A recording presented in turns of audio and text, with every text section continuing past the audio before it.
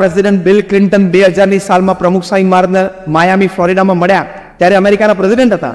22 મિનિટની મુલાકાતે અંગ્રેજી બોલે, પ્રમુખસ્વામી કંઈ ના સમજે, પ્રમુખશાહી ગુજરાતી બોલે કંઈ ના સમજે. વચ્ચે અમારા દુભાષ્ય સંત હતા, અંગ્રેજીનું ગુજરાતી કર્યા કરે. એટલે 22 મિનિટનો વાર્તાલાપ એકચ્યુઅલી 8 મિનિટનો જ સમજવાનો, ટુ વે ચાલતો હોય ને. 22 મિનિટની મુલાકાત પછી બિલ ક્લિન્ટન એવું બોલ્યા કે I haven't seen such expressive eyes full of integrity in my life.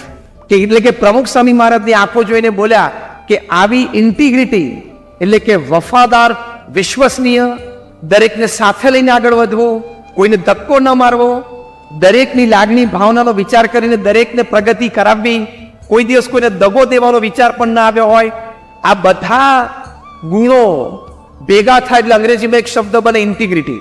અને તમારા વર્ક પ્લેસમાં સૌથી મોટી કિંમત આ શબ્દની છે. આવડત હોશિયારીમાં થોડોક ઓછો એ ચાલે, ઇન્ટેગ્રિટીમાં થોડોક ઓછો એ લેશ માત્ર ના ચાલે. 80 વર્ષની વખતે પ્રમુખશાહી મહારાજની ઉંમર હતી. 80 વર્ષની વ્યક્તિમાં એક ભારતીય સાધુમાં અમેરિકાના રાષ્ટ્ર પ્રમુખને ઇન્ટિગ્રિટી દેખાય એટલે, અને તો કેવા વ્યક્તિઓને મળ્યા હોય, પણ કે આવી આંખો મેં ક્યારેય જોઈ નથી. તો જો આ આપણું બહુ જ મોટું ધન છે, આ તમારી ફિટનેસ. Integrity is fitness.